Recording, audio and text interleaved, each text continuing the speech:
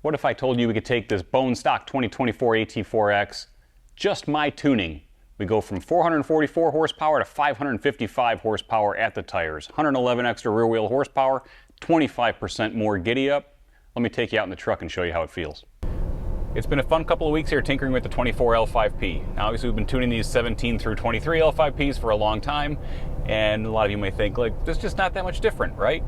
Well, it is a totally new platform as far as tuning goes, and that means that while some of the tables transfer over, there are a lot of new tables and new strategies being used. So as tuners, it's a lot for us to learn, and it's fun, and it keeps things interesting. If you've been following this market, you've also seen that there have been other input-output style boxes, we'll call them, where 80 horsepower has been on the table, 60 to 80 horsepower.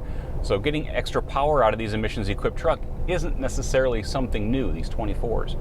What is new is our ability to custom tune, and let me tell you why that's important.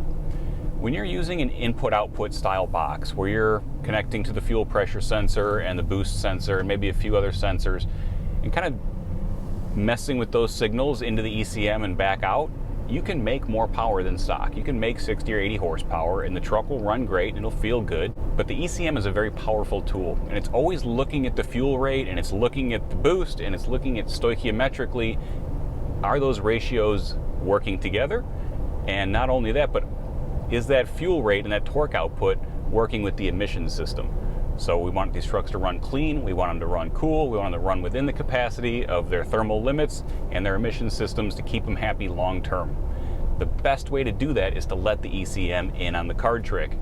So the ECM has to know, oh, there's more fuel coming in, oh, there's more air coming in, oh, there's more boost. And when the ECM knows all that, then the ECM has control of those things, and we get regen intervals that are good, like stock or less.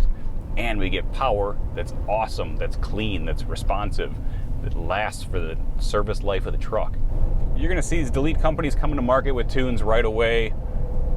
Everything off the truck, kill tune, you know, who makes the most power. That kind of stuff is not difficult to do.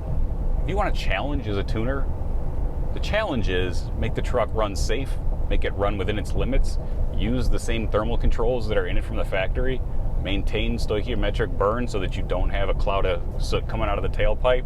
Look, if you're into all that stuff, that's fine. You're just not my customer. If you want a clean, reliable, responsive truck that lasts a long time, you're my customer. Stick with me.